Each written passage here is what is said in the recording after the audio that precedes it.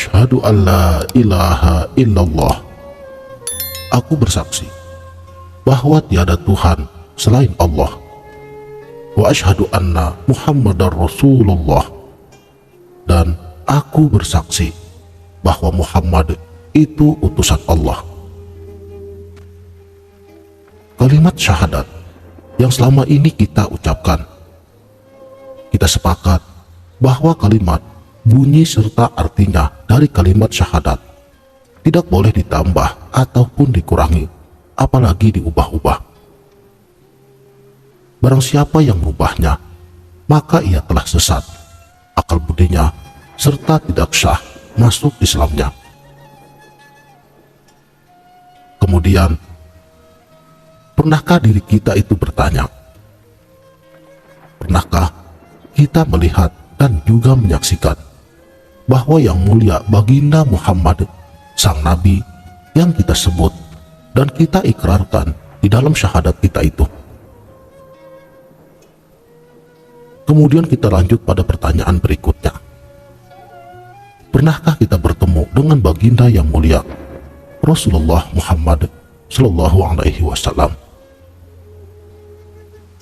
Sebab syahadat itu penyaksian. Ya, bersaksi telah benar-benar menyaksikan apa yang ia saksikan. Namun sayangnya, kalau hal seperti ini kita buka di depan umum, saya jamin tidak sedikit orang pasti akan terkejut dan bahkan juga tersinggung. Tapi biarlah, namanya juga mau meluruskan. Ya, kadang-kadang dicaci maki dulu, kita terima saja. Adinul akli, agama itu akal. Islam bukanlah agama tahayul yang tidak ada sebab akibatnya langsung, kun fayakun saja, atau simsalabim. Bahkan di zaman sekarang ini, hampir mayoritas pemeluk Islam ini lebih cenderung mengkaji Islam dan kitab sucinya. Mohon maaf, kebanyakan yang mereka lakukan seperti mengarah kepada teknik tahayul. Kita bisa lihat, mereka mulai menjadikan isi ayat kitab suci Al-Quran sebagai ilmu-ilmu gaib saja, isinya serta fungsi-fungsi gaibnya saja. Sebagai contoh, pemikiran Islam yang cenderung tahayul.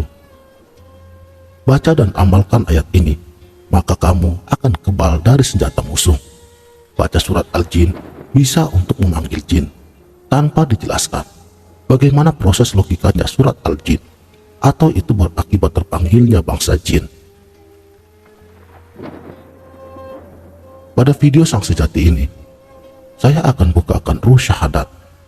Kita mulai dari kata aku bersaksi. Coba kita pahami dan ingat baik-baik, apa itu kata bersaksi? Apa arti sebenarnya dari bersaksi?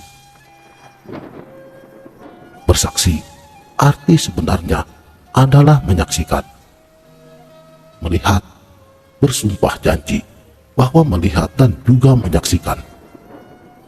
Adakah arti yang lain selain daripada kata bersaksi? Silahkan dicek dengan menggunakan bahasa seluruh dunia. Pastilah artinya akan tetap sama, yaitu menyaksikan. Jadi jelas bahwa aku menyaksikan atau aku melihat, bahkan sama dengan bertemu bahwa tiada Tuhan selain Allah, dan aku menyaksikan atau melihat jelas bahwa Nabi Muhammad itu utusan Allah. Tapi sayangnya, lagi-lagi, ironisnya, saat ditanya, apakah kita sudah pernah melihat Rasulullah? Sudah pernah melihatnya belum? Itu sama saja bila kita belum pernah datang ke Bali, tetapi kita berani mengatakan bahwa Bali itu indah. Jika seandainya Anda menjadi saksi di pengadilan atas seorang terdakwa, Anda adalah saksi yang meringankan. Lalu Pak Hakim bertanya, saudara, benarkah Anda saksi dari terdakwa? Anda akan menjawab iya. Lalu Pak Hakim bertanya lagi, Anda kenal dengan terdakwa? Anda juga jawab iya. Kemudian yang terakhir, si hakim bertanya lagi, pernahkah Anda bertemu dengan terdakwa? Kemudian Anda menjawab, belum pernah. Anda pakai akal sendiri. Kira-kira apa yang akan dilakukan sang hakim tadi? Bagaimana bisa Anda menjadi saksi bagi seorang terdakwa, sementara diri Anda belum pernah bertemu dengan terdakwa? Berarti Anda telah melakukan kesaksian palsu. Dan pidananya, orang yang bersaksi palsu itu sama hukumannya dengan si pelaku pidana. Itu baru hukum di pengadilan. Bagaimana jika Anda bersaksi palsu di dalam syahadat? Allah Subhanahu wa Ta'ala adalah Tuhan semesta alam, dan baginda Rasulullah Muhammad Shallallahu Alaihi Wasallam adalah Nabi terakhir dan juga merupakan syafaatul uzma bagi seluruh umat manusia. Itu sudah pasti dan tidak bisa diganggu gugat lagi. Tetapi di sini, dalam kalimat syahadat yang kita ikrarkan, kita ini diwajibkan untuk tahu apa itu syahadat yang sebenarnya. Saudaraku sang sejati, lalu bagaimana agar syahadat yang kita ucapkan ini benar-benar menyaksikan apa yang telah kita ikrarkan? Di dalam kalimat syahadat, kita dapat melihat dan juga bisa menyaksikan dari kenabian, kerasulan baginda yang mulia Rasulullah Muhammad Sallallahu Alaihi Wasallam. Ada dua cara. Cara yang pertama, kita tidak bisa memakainya karena selain kita bukan orang Arab sana, tetapi kita ini hidup jauh sepeninggal beliau. Tentu saja kita tidak akan bisa lagi bertemu dan bertatap muka dengan beliau. Berarti kita hanya bisa menggunakan cara yang kedua, yaitu dengan ilmu makrifat. Ilmu makrifat adalah ilmu rasa. Makrifat itu rasa. Bermakrifat itu berarti ya merasakan. Di sini kita mulai masuk ilmu makrifat. Saya kasih contoh, ilmu makrifat yang paling mudah untuk dicerna. Apakah melihat itu hanya dapat dilakukan dengan menggunakan kedua bola mata saja? Tentu saja tidak. Jika melihat itu hanya dapat dilakukan oleh organ mata, bagaimana dengan orang yang buta? Yang berjalan puluhan kilometer, mereka mampu tanpa tersandung dan tepat arah jalannya. Tanyakan pada orang buta itu sebuah benda dan biarkan dia melihatnya tanpa mata, maka lihatlah, ia pasti tahu itu benda apa. Bahkan orang yang buta jika berjalan jauh lebih laju dan lebih jarang tersandung daripada kita yang melihat dengan mata. Jadi dengan apa ia melihat sesuatu?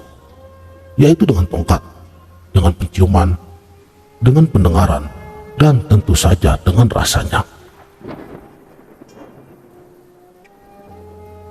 Katakanlah sekarang kita telah bermakrifat, yaitu melihat dan juga menyaksikan.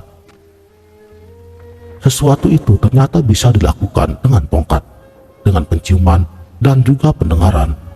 Dan yang paling hebat ialah dengan rasa.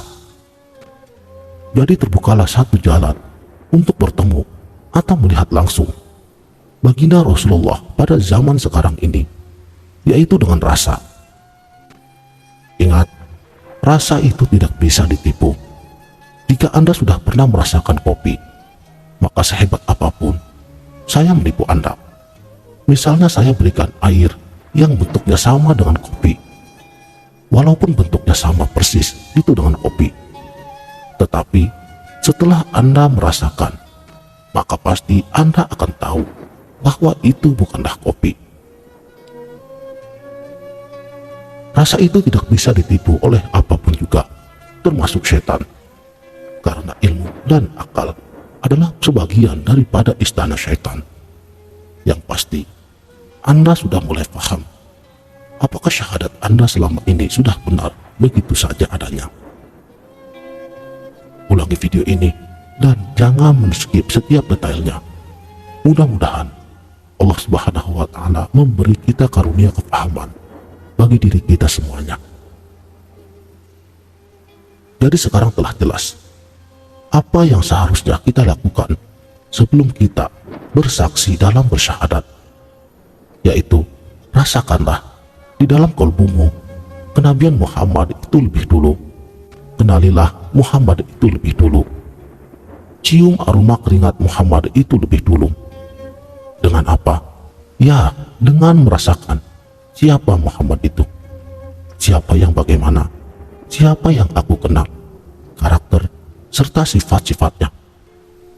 Jadi cara termudah untuk menyaksikan bahwa Muhammad itu utusan Tuhan pada zaman sekarang ini ialah dengan mengenal sungguh-sungguh sifat-sifatnya.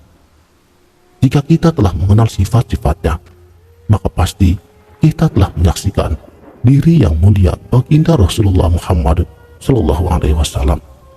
Bukti pastinya, jika orang tersebut benar-benar telah melihat, menyaksikan bahwa sang Nabi Agungnya itu melalui sifat-sifat serta karakternya, maka saat Anda menyebut nama baginda yang mulia Rasulullah Muhammad Sallallahu Alaihi Wasallam, bahkan orang lain yang menyebutnya, maka pastilah hati Anda akan bergetar, terkadang berlinang air mata.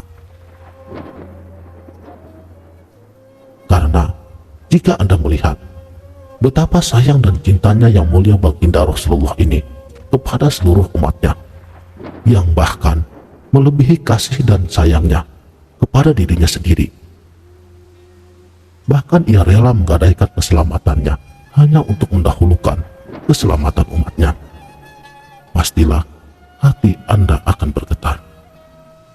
Baca surat At-Taubah ayat 128 sampai dengan 129.